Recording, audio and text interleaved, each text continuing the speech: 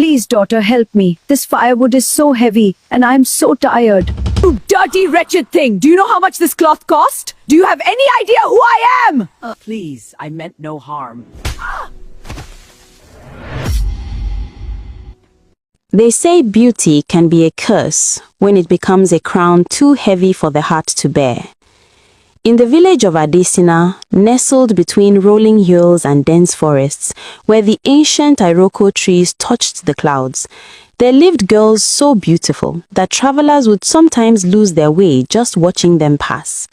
But beauty, as the elders whispered in worried tones, had poisoned the young women's hearts like honey mixed with bitter herbs. Zara, Nadia, Bella, and a dozen others moved through the village like queens without kingdoms. Their skin glowed with shea butter rubbed into every curve. Their afros rose high and proud, adorned with beads that clicked musical promises with each turn of their heads. Their wrapper cloths were the finest, imported fabrics that cost more than most families earned in a season. The young men of Adesina and neighboring villages would stand slack-jawed at the marketplace, whispering prayers to gods they'd forgotten, hoping for just a smile, just a glance from these magnificent creatures. But the girls knew their worth, and they made everyone pay for it. Look at these old folks. They walked past the elderly without greeting. They shoved aside children playing in their path. They mocked the poor and sneered at anyone who dared suggest they show respect to anyone beyond their own wealthy parents and relatives.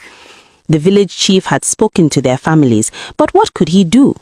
Their fathers were the richest men in Adesina, the ones who controlled the trade routes, who owned the largest farms, whose voices carried weight in every decision.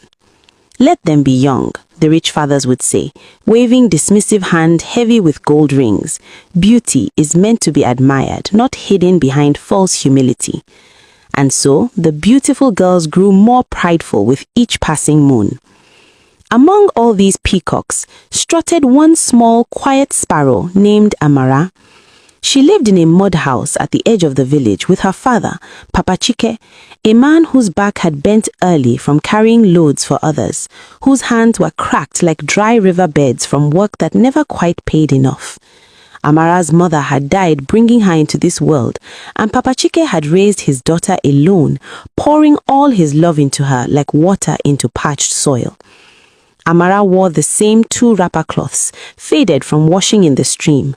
Her afro was natural but unadorned, no beads, no thread, no coconut oil to make it shine. She walked barefoot because shoes were a luxury saved for special occasions